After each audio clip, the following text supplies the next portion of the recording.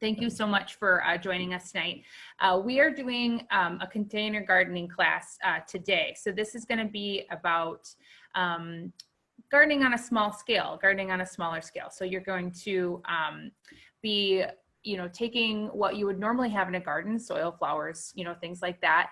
And you would be doing that in a container, in a pot, either on your patio or even out in your yard somewhere. So we're going to cover a couple of different things like that. A little bit about me. I have a background in outdoor education and recreation. I do recreation and programs professionally for different organizations and to gardening programs for the master gardeners, survival classes, things like that. I make the rounds to all the libraries, so you might see me out and about doing things like that. I hope everybody can hear us okay and see us, but I'm going to switch over to where you can find more information if you need it. I pulled a lot of the content that I'm using tonight from the University of Illinois Extension website, which you hopefully will see here in just a second. And there we go. So this is what you're seeing here is the University of Illinois Extension website. This is a specific site about container gardening. And this has tons of info. It has tons of info. I'm going to click on a couple of pages here.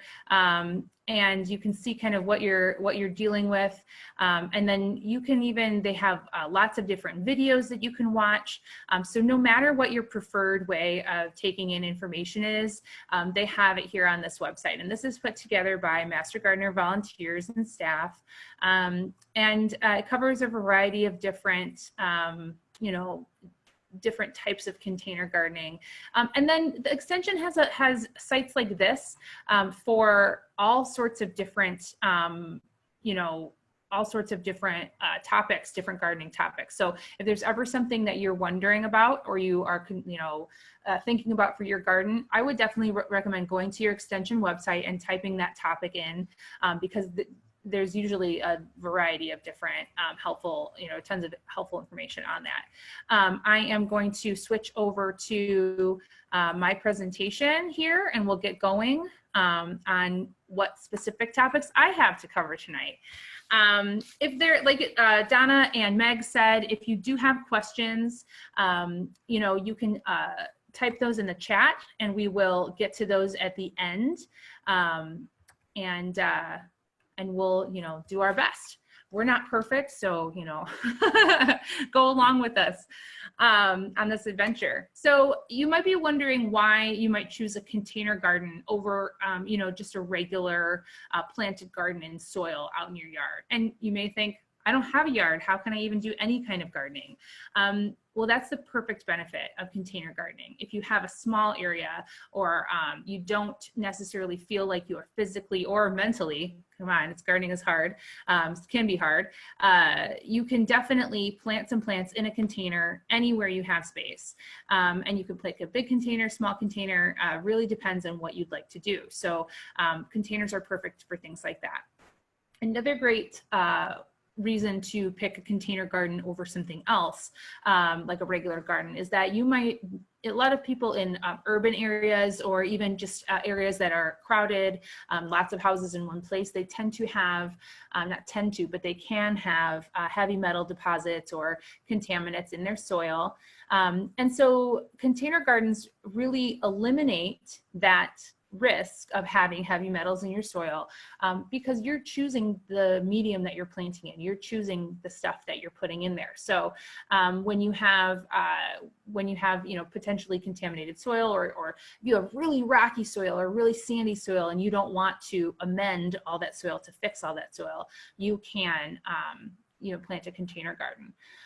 If you're in a place like a rental or an apartment that you can move, or you're not really sure how long you're going to be in your current location, container gardens are great because you can literally pick them up and move them wherever you want them to go. Or if you want to, later this year, I'm going to start working on that one section of my yard, but I still want to plant some things at the beginning of the year.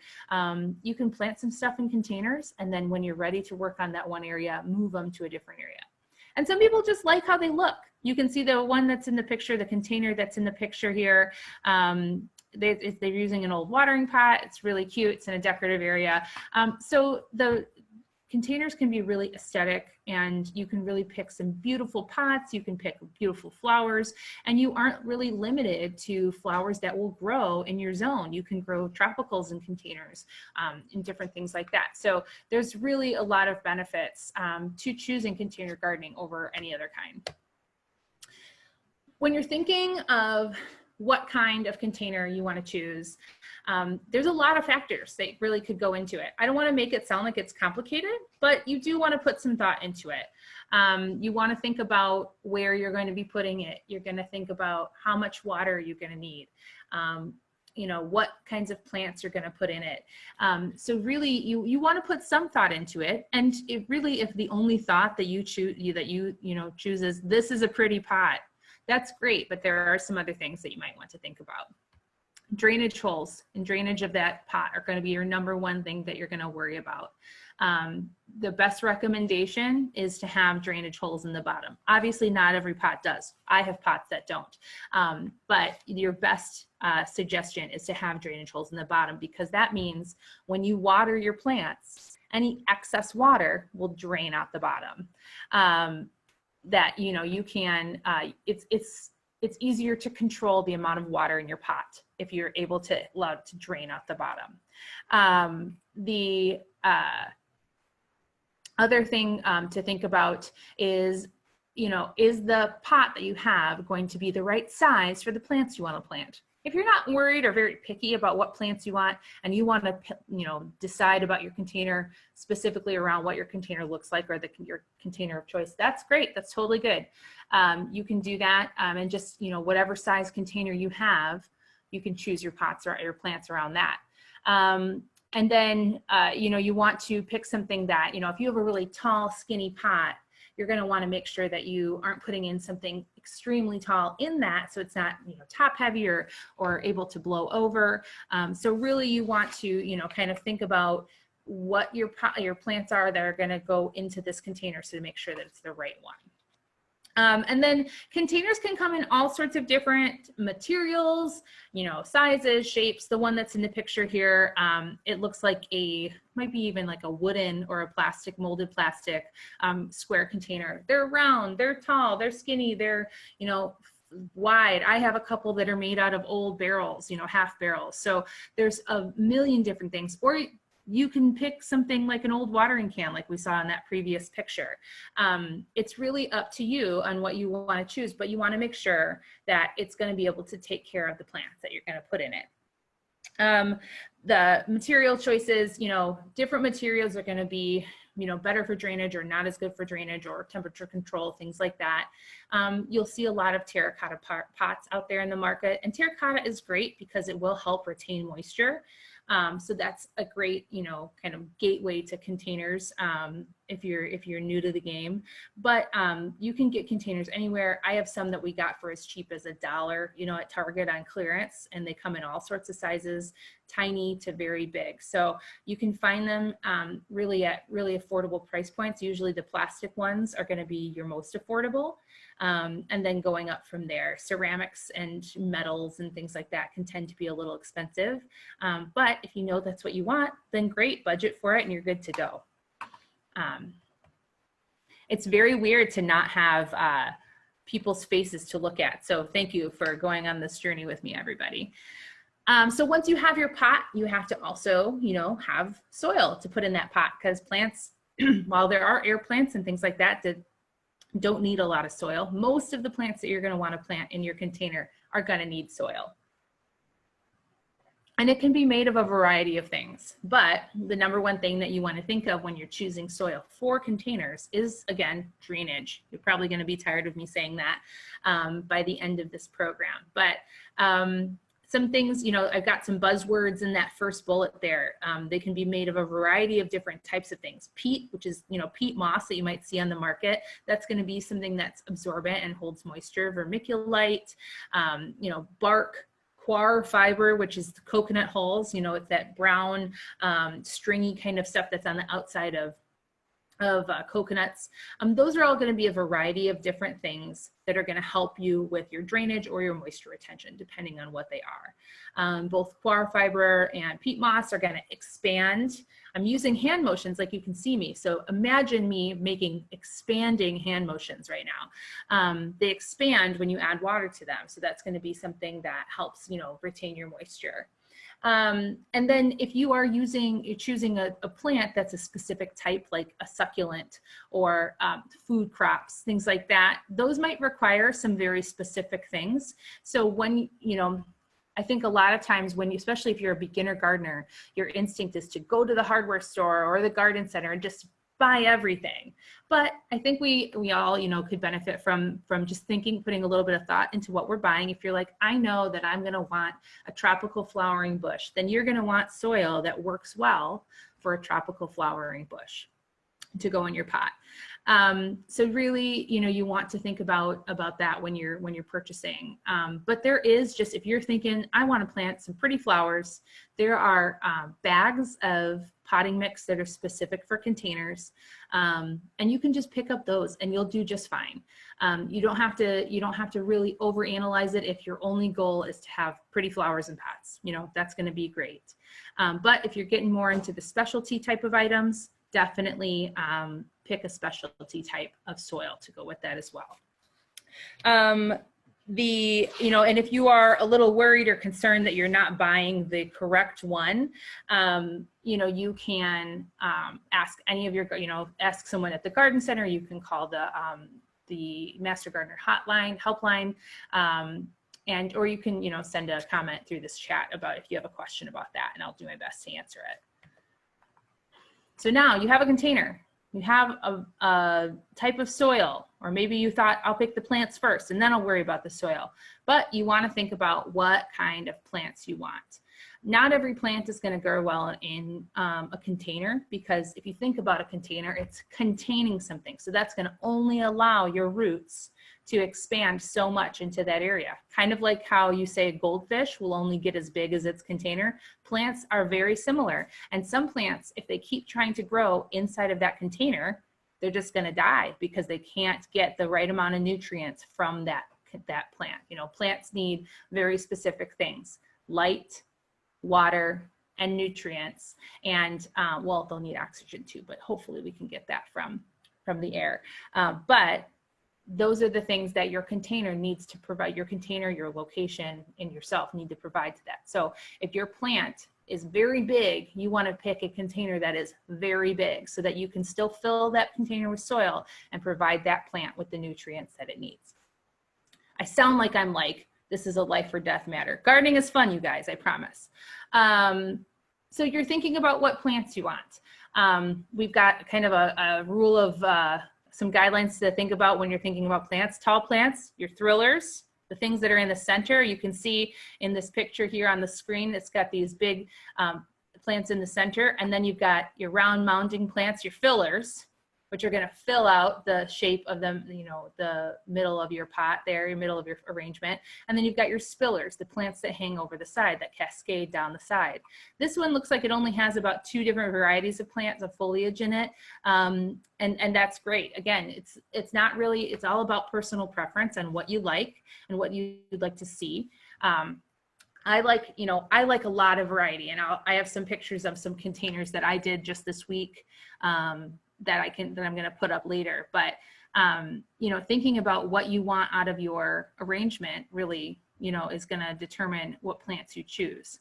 Some people are going to choose to do food crops, things like strawberries, things like tomatoes. Those grow great in containers, and maybe you don't want to add extra things into that container to kind of muck it up. You want to keep it just the strawberry so that you can go in there, you can pick them very easily. You don't have to have 10 types of flowers in your container. If you want one pot with one plant, awesome, great, that's going to work for you. I have like I said, I have a variety of different things that I put in mine, and I'll show you those in a little bit. Plants in proportion to the containers. We talked a little bit about what you want size wise. When choosing, you want the ultimate height of the pot compared to the height of the container. I'm going to read this verbatim because otherwise I'm going to get it wrong if I try to do it from brain, but 1/3 container to 2/3 plant height. So that means that the plant is 2/3 bigger than what the container height is if you're thinking about tall plants. And this one on the bottom right, I would say, is the reverse, right? It's got 2/3 container to 1/3 plant height, but it's got these cascading things to go over. So that's a rule of thumb. That's going to be a lot of these things, you know, they're not live and die. They're going to be your personal preference. So just know that when you plant your plant into your container, hopefully it will grow, right? That's the goal. And so it could change the proportion from after you know, it'll change in proportions and things like that after you plant it. So just keep that in mind. And then how, you know, arrangement on the inside, a lot of times we do things in odd numbers because that's just visually, artistically, what's been shown to be pleasing to the eye. So, you know, pots with 3 plants in them, 5 plants, 7 plants, create this asymmetry. So that's going to be a little bit more pleasing to your eye when you look at it. So that's a little bit about, you know, how to choose. Like I said before, I'm going to go back just a second. If whatever you want for your plants is good for, you know, that's going to be what you need. You don't want to go, oh, well, I have these 2 and I really like how they look, but, you know, Natalie said I need 3, so I better shove another one in here. That's not, you know, that's not what works for you. So gardening is going to be about your choice and what you want in your garden. I referenced, you know, strawberries, tomatoes, things like that. A lot of people are using containers to do their plantings, especially because if they don't have space in the ground, but they still want to grow their own crops, the containers are perfect. And there's tons of different plants that do well in containers. Herbs, I always grow herbs in containers every year. I like them in containers because I can put them right up by my back door. They're easy to get to, and I'll be more likely to use them and utilize them than if you know, are putting them out in a patch that's, you know, half acre away from your house. I'm gesturing widely with my hands, half acre away. So just imagine that in your minds. So definitely containers are great for that. Things like cherry tomatoes, you know, I want to go out and grab a couple cherry tomatoes for salad. We'll put them in a container right by your house, right by the end of your house. So that way, you know, you'll be able to utilize them. The thing that you want to remember about, you know, fruit and vegetable bearing plants and herbs is that most of them have high light requirements, require a lot of sun. So if you have a balcony that's maybe a shady balcony or something like that, it might not be something that works for you, and you want to choose, you know, certain types of vegetables and fruits might not work for you because they require a lot of sun. So make sure that there are plenty of plants, even food crops, that can do well in some shades. Zucchinis and squashes are, you know, a good example. So, you know, you can definitely grow some things in shady areas. Like it says down here, most herbs can perform well in full sun or partial shade. So yeah, there are plenty of herbs that do really great. Oregano is one of them. You know, there's a couple others that are great at growing in any kind of condition. So definitely make sure, you know, to look at that ahead of time. I'm going to go through a quick list just in case, you know, trigger something in your brain of some plants that do well in containers. I mentioned tomatoes, a lot of peppers, cucumbers, squash, eggplants, those all require full sun. Again, certain varietals definitely will be different. So check your tags before you purchase them. Leafy vegetables, like lettuces, cabbages, collards, mustard greens, spinach, and parsley can do well in a more shady location compared to the root vegetables such as turnips, beets, radishes, carrots, and onions. And then most herbs can perform well in full sun or partial shade. I wanted to kind of throw that list out there again verbatim because memory is not my bag. So that, you know, if that triggers something in your brain, oh, I didn't know I could do that. I want to grow that kind of thing. And definitely if you have questions, you can reference the website or, you know, let us know if you have a question. How much to plant? These are both from my garden, and they're 2 examples of kind of how much to plant when you're planting. You're going to want to choose how many plants to put in your container based on how full you want it, how quickly. So if you want something that looks, you plant it and it instantly looks full and luscious and great, then you're going to want to put more plants in, like this top picture. This was planted just about a week ago, and I think I have 7 plants in this one pot alone, and this is like kind of like a half barrel. And then this one down here, I knew my rosemary, which is in the middle, is going to get bushier, and so are my thyme plants. And then these annuals that I planted along with them will hopefully fill in. So I knew that these plants were going to get, hopefully, again, we're all hoping in gardening, are hopefully going to get a lot bigger. And so I wanted those to fill in. So these both were planted. This lower one was planted maybe 2 days later. And so it will grow in a little bit more, but you'll kind of see that you really, depending on how full you want it to look right away, is how, many plants you should plant. I could have probably fit 2 or 3 more annuals or another herb plant in this bottom one if I really wanted to, but I'm also kind of cheap, and I wanted to spread the plants that I had over a wider variety of containers. So think about that when you're budgeting and planting, that if you want things to be full and luscious right away, right off the bat, then you want to add more plants in them. A couple real quick notes about both these pots. These pots are both wood. And so the thing about wood pots is they're going to age, they're going to show wear maybe faster than another type of pot. This one, you can see I've got a plastic liner on the inside, and that's to help, the pot last a little bit longer because, wood rots. And when you have wet soil sitting in your pot for an extended period of time, it will wear out faster. So returning to the actual topic of this slide,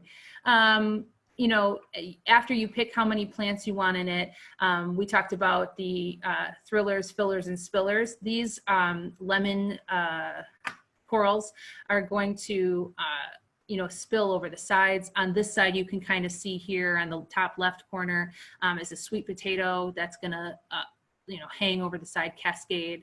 And then my fillers here are going to be these annuals, and my herbs in the middle. And then my thrillers are going to be my tall coleus at the top.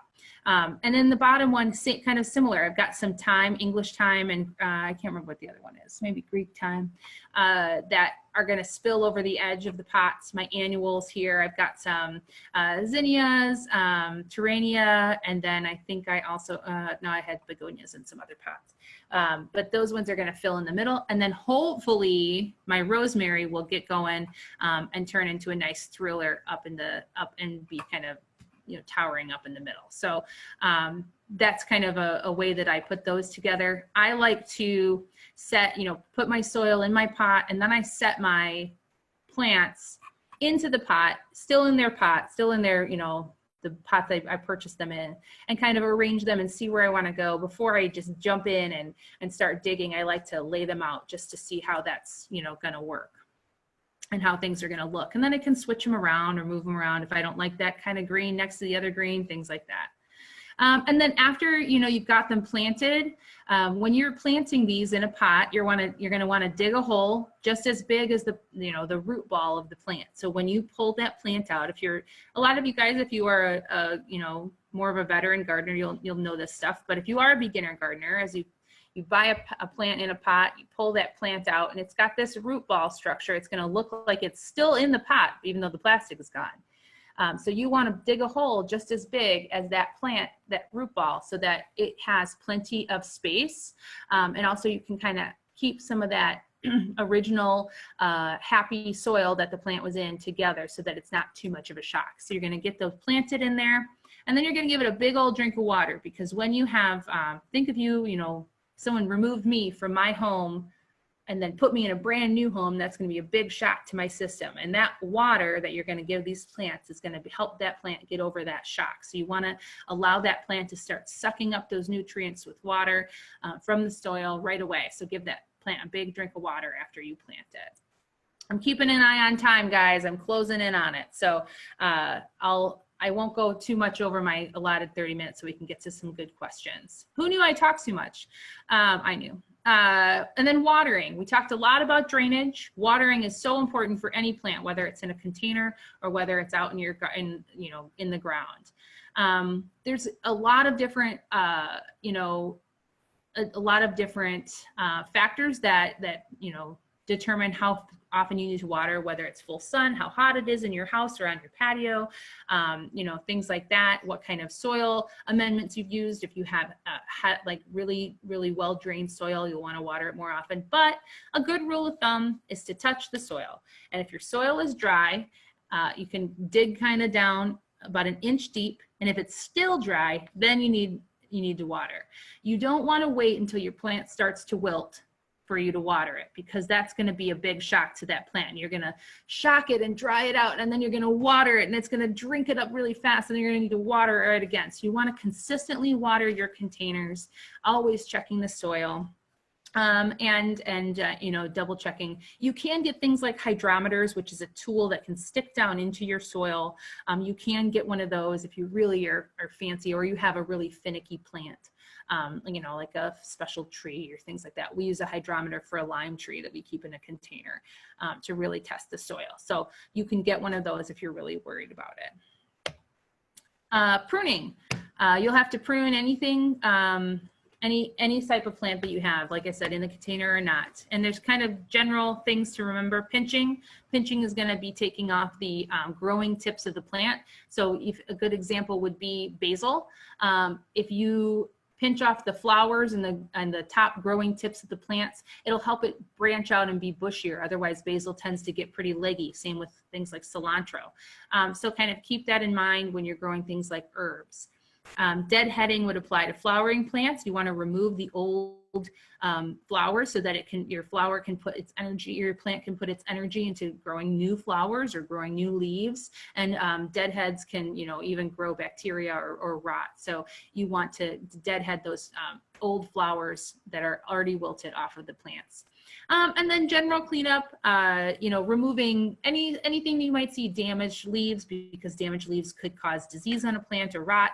And then any sort of, parts of the plant, if you want to take off a top part so it grows wider, or take out some lower leaves so that kind of has a taller appearance.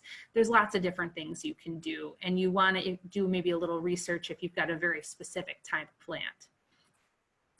And then overwintering. Not a lot of people will do overwintering of containers because a lot of times they're purchased or planted specifically because they want them only for one season. But the number one thing to remember when overwintering is to not let the whole thing freeze. You don't want, you can see in this image, if you have this gap below the edge of your pot, you can definitely, that's where water can collect and freeze and really damage the roots and the base of your plants. So do not do that. Keep your soil nice and level right up to the top of the pot, and then put it in a protected area, whether that's by your house with a cover over it, or into your garage, things like that. Make sure it's somewhere that it's not going to have lots of shocks, and maybe would be a little bit more protected from the elements. I think I did it. I think we got to the end. I know I saw a couple questions pop up. You can see these decorative boots that were used as a container. So literally anything can be a container if you try hard enough. I don't know, Donna, if there was any good questions out there that we can move into. I think we've got about 12, 15 minutes. That's great, Natalie. Yeah, great presentation. I particularly like the containers you did this week that mixed beautiful flowers with practical herbs. We do have many questions for you, so I think we have enough time to do all of them. The first question is, for tomatoes, what is the best soil, as well as how many could a large container hold, 1 or 3? And maybe you could kind of given us an idea about the size of a container that holds various numbers of tomatoes. Sure. The best soil, it's going to really be determined by, there are mixes that you can look up like a recipe almost, and you can make your own. You can make your own recipe that might be the best for soil, and we can even share some of that on the LaSalle County Library page, maybe in the event. You know, I have used just the regular container soil with some, you can get some tomato or fruiting, you know, plant fertilizer to go with that.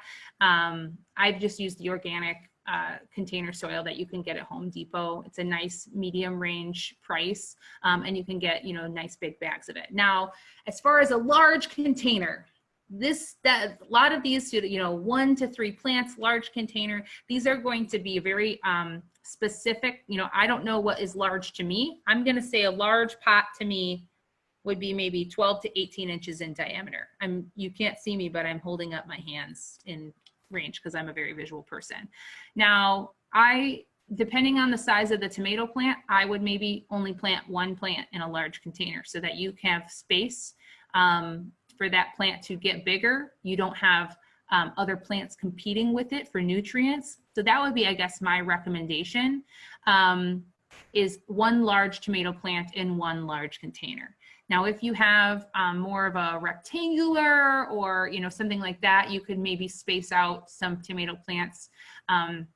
A good rule of thumb would be, you know, tomato plants usually have to be spaced out away from each other, sometimes 12 inches, 6 maybe minimum, depends on the tomato varietal.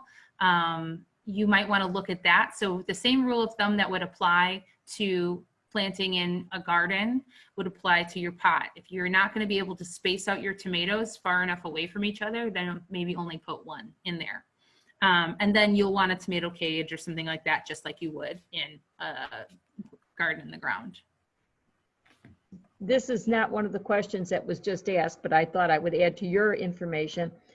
I've sometimes seen people plant lettuce or maybe a pepper plant or some herbal plant around the periphery of a tomato plant in a container. Would that work, do you think? I mean, absolutely. There's a lot of companion plants out there in the world that grow really well together, and that would definitely apply in the case of containers as well. Now, you still, you know, kind of with annuals and flowering plants are a little bit more flexible as far as like shoving them all in 1 container because they don't have quite as high of a nutrient load that they need. Just to kind of keep in mind that you may want some more fertilizer or extra nutrients to add if you're the more plants you put in these containers. Great. Now to a question about perennials. I just saw your screen about winterizing perennials. This is about a blueberry bush in a container. When I was looking at your picture, I didn't quite understand. Were you digging a hole and putting the pot below I think, soil? you know, that picture was, sorry, I don't mean to interrupt you, but that picture was, you know, right off of the website of the extension, and I think that was their intention. Now, if I was going to winterize a bush and I didn't have the ability to dig it into the ground, you know, putting some sort of insulation around it, putting it in a garage, even bringing it indoors is going to provide it, you know, protection from elements. You can get things like those styrofoam you know, there's like a styrofoam shield you can get to put around a bush. I'm sorry, you might have some dog noise. My dog has to be involved in everything I do. You know, winterizing, protecting it from the elements is definitely number 1. You want to make sure it's not going through these severe shocks. And a lot of plants will go into like almost like a hibernation point where you don't even really need to water them too much because they're ready to go into a dormancy. So you'll want to kind of keep that in mind. My best suggestion, if you have a very specific plant like a blueberry bush, is to maybe do some Googling before you decide how to do it. You know, I'm not an expert on every type of plant, but we can definitely find some more information for you if you need it. Okay, great, thanks. Here's the next one. What are your favorite annuals for a container in shade? Begonias, absolutely. Begonias grow great in a container. I have 2, begonias. Sometimes I get begonias and geraniums confused in my mind, but begonias is what I'm thinking of. But those grow great in the shade. they come in a variety of different colors. They're very hardy, and they can get kind of like in a big mound. And what I have in front of my house right now is just 2 containers that are solidly full of the same color of begonias. So they'll turn into this big dramatic mound of begonias coming out of the pot. So that's definitely my favorite. Okay, begonias it is for shade. Here's another question. What annuals would you suggest for a hanging basket so that you would have blooms appearing throughout the summer? It's going to really depend. Blooms throughout the summer, you know, you can get a couple of different kinds. I like you can buy the mixed ones that you get at the store, and those ones are pre-made and those are really nice.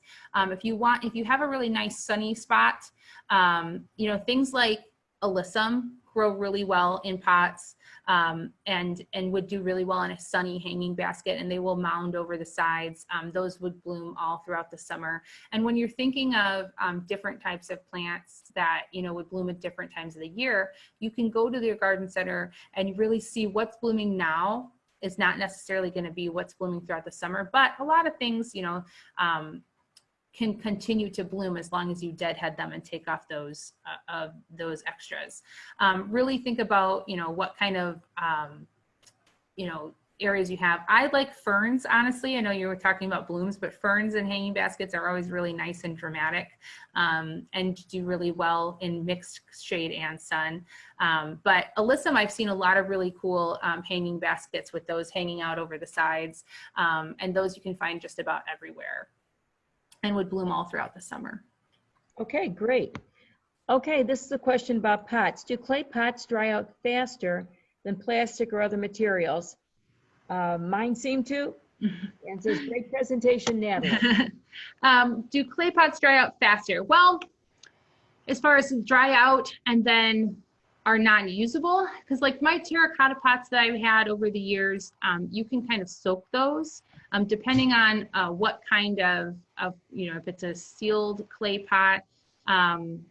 If you have if you're saying dry out because like the soil dries out inside them, sorry, I'm thinking this question is different than what I originally thought. So if your plants in your clay pots dry out faster is how I'm thinking you're saying it.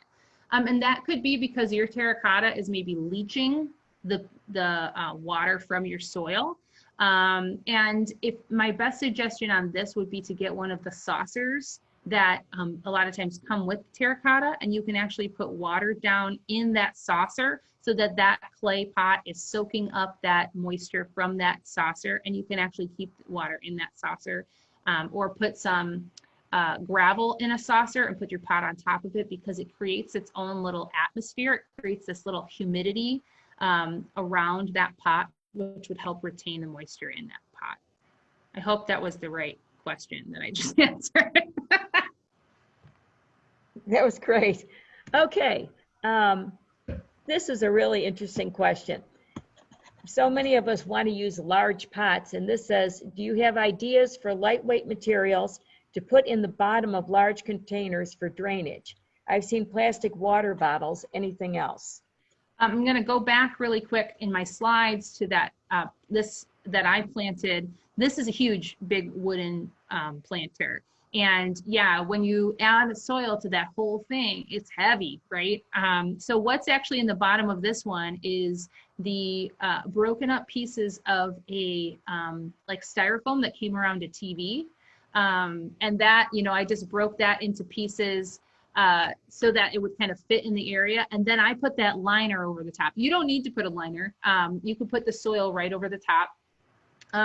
And something like styrofoam would help. You can even put like wood blocks, depending on the wood blocks might help a little bit. Because yeah, when you have these big planters, it's a lot of soil and it can get expensive when you're filling the whole things with soil. So definitely, you know, like I said, the styrofoam, we have tons of styrofoam in this world, you know, that is waiting to be used for other uses. So definitely if you have like the insert for a TV box or, you know, something like that, even if you have one of those little mini styrofoam coolers that, you know, stuff gets shipped to you in, that could even work really well. So think about what you have in your house. You know, plastic water bottles is a great idea, you know, piling those up in the bottom. You would want to stay away from anything, and this is probably a no-brainer, but anything that might break down, because as that breaks down, your soil is going to settle into those gaps, and then your plants would end up lower in your pot than you originally intended. Okay, our next question then is about leggy cilantro. Can you explain pinching again? Yeah, pinching for sure. And cilantro is a menace. I could talk a big game, but I have maybe gotten one harvest out of cilantro in the past before it just completely turns into coriander seeds, and cilantro is definitely known for that. You can also, really quick on cilantro, you can find a slow bolt variety, especially if you grow it from seed. And slow bolt will just mean that it's kind of a slower growing, so you have a little bit more leeway. But when you're working with something like cilantro, or basil has this problem too, you want to pinch off the really leggy, fast growing parts at the top. And that's going to encourage your plants to grow laterally, grow out to the side, and make bigger leaves. When you see basil, when you see it in the store, it's these big, beautiful, full leaves. But when you grow it at home, it's these tiny little quarter diameter leaves that you have to try to use 10 of them to make a recipe. So definitely pinching off the flowers and the top shoots that are coming out of the plant. I'm going to see if I can turn on is my video on? I'm going to stop my screen sharing so you can see my video. But so like when you have your plant growing, it's going to have your top shoots. I hope you guys can see me. And your flowers coming off the top. And this is the main area of the plant. You want to pinch these top shoots and flowers, pinch this off, and you can just discard it.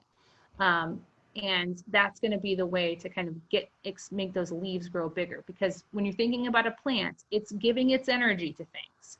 And if it's time for it to flower, if it has these flowers that are available, it's going to give its energy to those flowers. It's not going to give its energy to the leaves. So you want that plant to give its energy to the leaves. You want to remove those tiny shoots at the top, and you want to remove the flowers at the top on both cilantro and basil and other herbaceous plants that you want the leaves versus the flowers. Absolutely, you want to pinch off the tops. I hope that helped. Okay, and we have a comment here from one of our audience members regarding flowers that bloom all summer long. That person has had great success with New Guinea impatiens. Oh, impatiens, yeah. Lobelia. Yeah. So we should write that down as something to remember too. I just wanted to ask our audience if there are any other comments or questions about this program. In the meantime, I'm going to take a minute to just share our screen again so that we can look at the upcoming programs. And we have corrected our date for Tuesday, June 16th, but this Saturday, June 13th at 2 o'clock, I just want to comment again that we will be here with Natalie for Transformational Gardening. And we can provide you with the link for that program by contacting Rachel at rblumquist@lasalle.lib.il.us. You can also find this information on our website for the LaSalle Public Library. If we can just go return to Natalie again. And Natalie's recording will be available also. You can get that off our website, or again by contacting Rachel at the address I just gave you. And any other questions? We have some comments. Excellent program, Natalie. Oh, thank you. Well, you guys will be tired of me by the end of June. But it's been great to kind of share this with you, and we'll do just a little sneak peek about transformation gardening. I think this was in the description, but we're talking about maybe troublesome areas that you have in your yard, or some public spaces that the master gardeners have transformed into new planting areas. So that's kind of where how we'll be doing that. Thank you, Natalie, so much. This has been just great. We all got through this. Thank you, audience, for bearing with us. Meg, did you want to sign off on this? Yeah, I just wanted to say thanks to everyone for joining us. Natalie did a fantastic job, and I appreciate everyone's interest. And we hope you see you guys again on Saturday and all of the other series webinars this month. And thank you, Donna. Thank you. Good Thank night. you. Have a good night, everybody. Bye. Bye.